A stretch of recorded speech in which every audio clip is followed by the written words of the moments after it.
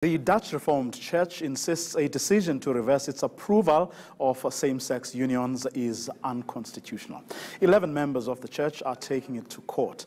In 2015, the church made a landmark decision giving its blessings to same-sex unions.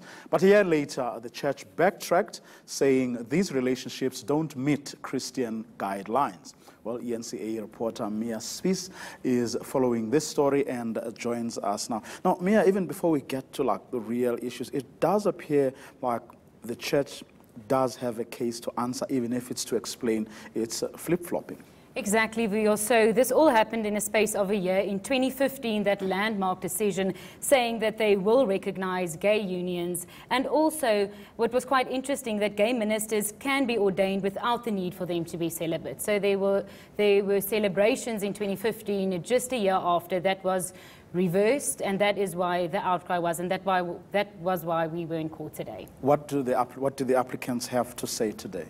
So there were 11 applicants today in court. One of them, the activist Laurie Gowan, we've seen him very vocal about this issue. And they say the church's move to reverse this decision was unconstitutional, and it's discriminating and, yeah, very much unconstitutional. So we spoke to Laurie Gowan, one of the applicants today, and here's what he had to say to us earlier.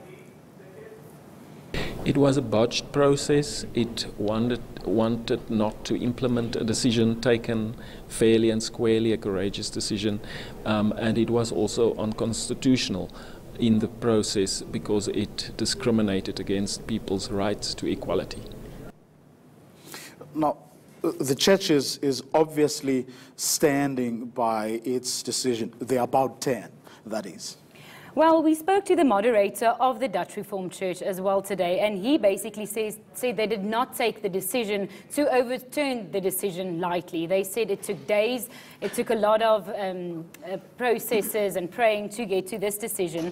And he basically told us, that's the moderator, Niels Jansen van Rensburg, he said it's a balancing act. It's about communal rights, in this instance, faith communities' rights, and also, on the other hand, individuals' rights. So he explained it to us today, just that they're also trying to find the balance between those two rights. We spoke to him earlier. No, we're sure that we, within our constitutional rights, as a church, to have a discernment process, to consider our own doctrinal position, what we understand the Bible teaches us.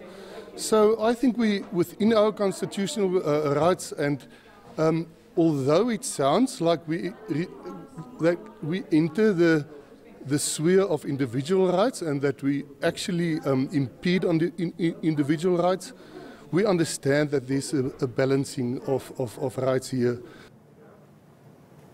Well, the applicants have obviously received support, from a whole range of organizations and agencies, including those that are entrusted constitutionally, as the moderator was saying, that they are within their constitutional rights. There are other organizations whose job it is to ensure that indeed such things are driven primarily by, or are based on, what the Constitution says. Exactly, and one of them was admitted as a friend of the court today, and that's the Commission for Gender Equality. There were a few organizations in court today. We should remember it's a very emotional issue, this one. A lot of these people, they grew up in this church. They love this church. I know on social media especially, we see people say, why don't they just get a new church or start a new church?